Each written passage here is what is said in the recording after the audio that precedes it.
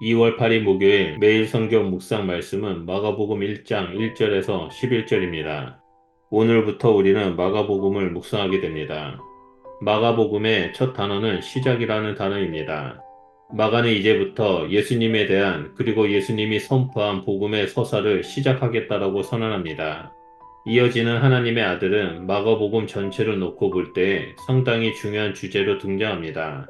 1세기 당시 복음과 신의 아들은 로마 황제와 밀접하게 관련되어 있었습니다.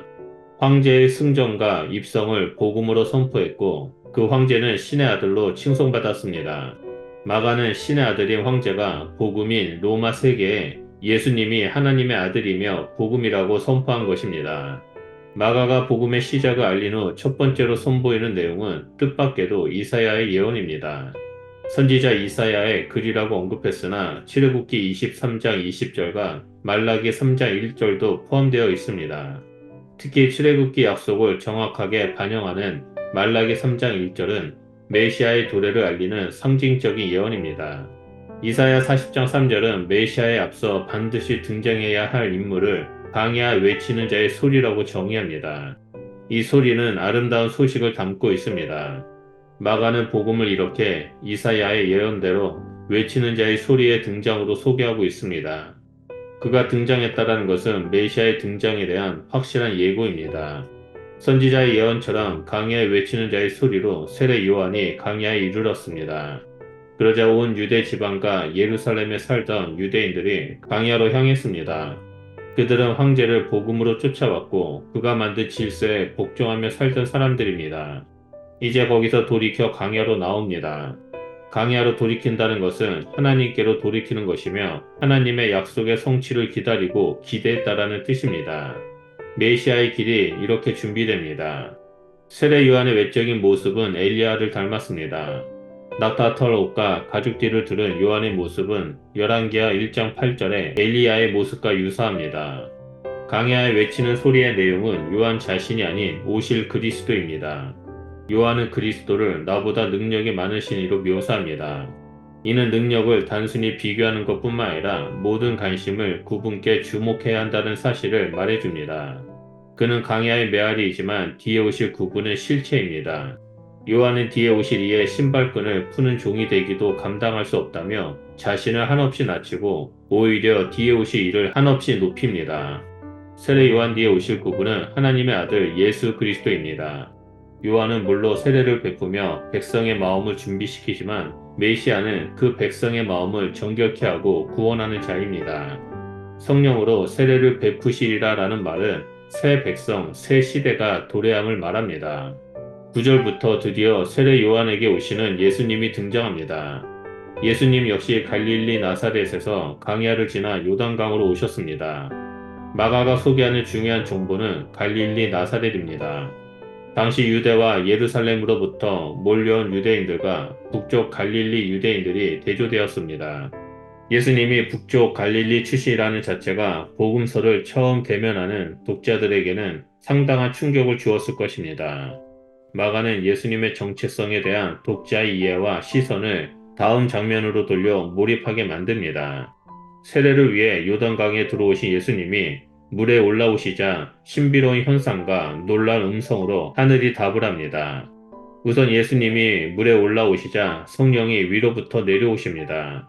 당연히 예수님은 죄와 무관하신 분입니다. 세례 받기 전에도 그러하셨습니다. 하지만 극적인 장면은 예수님의 메시아 사역의 본질을 가늠케 해줍니다.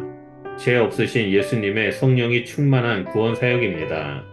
성령이 내려오실 때 하늘이 갈라지고 비둘기 같은 모습을 취합니다. 물을 가르고 예수님이 올라오시듯 하늘을 가르고 성령님이 내려오십니다. 마가는 독자들을 이 위대한 장면의 1차 목격자로 강력하게 끌어당깁니다. 현상에 이어 소리가 뒤따릅니다.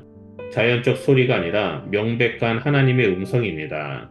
음성은 하나님이 그 사랑하시는 아들 예수님을 향해 들려주시는 1인칭 지적 화법으로 전달됩니다. 너는 내 사랑하는 아들이라 내가 너를 기뻐하노라.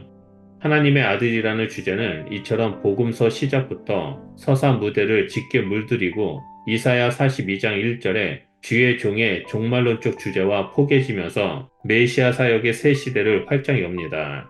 오늘 묵상 말씀에서는 삼위일체 하나님의 구원 사역을 위한 열심을 볼 수 있습니다.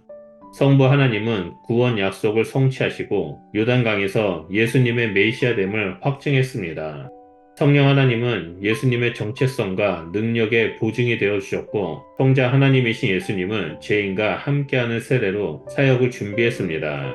이로써 완전한 복음, 구원 과정이 시작되었습니다. 이 모든 것은 삼위 하나님의 오래전 계획의 성취이자 열심입니다. 우리는 하나님의 열심을 알고 복음에 대해 바르게 응답해야 합니다. 복음을 듣고 끝내는 것이 아니라 회개와 삼위일체 하나님을 향한 합당한 응답을 하는 자가 되어야 합니다. 복음 안에는 하나님의 구원과 능력과 열심이 있습니다. 중요한 것은 사람의 응답입니다. 복음으로 인해 구원받고 믿음을 소유한 우리는 이 땅에서 성도로서의 합당한 삶을 살아가야 합니다. 그러므로 오늘 하루 삼위일체 하나님의 온전한 복음을 기억하며 세상 속에서 믿음에 합당한 삶을 살아가는 복된 그리스도인이 되시기를 축원드립니다. 기도하겠습니다. 하나님 감사합니다. 우리를 구원하시기 위해 성부, 성자, 성령 하나님께서 계획하시고 성취하시고 이루어 주심으로 말미암아 우리를 하나님의 자녀로 삼아 주셔서 감사드립니다. 하나님, 우리가 이 땅에 살아갈 때 우리를 구원하신 하나님을 기억하면서 계속해서 하나님의 말씀대로 순종하며 살아가겠습니다.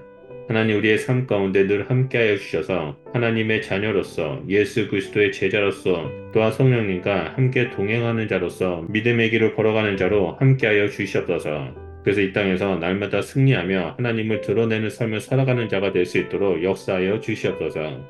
감사드리며 예수 그리스도 이름으로 기도드립니다. 아멘.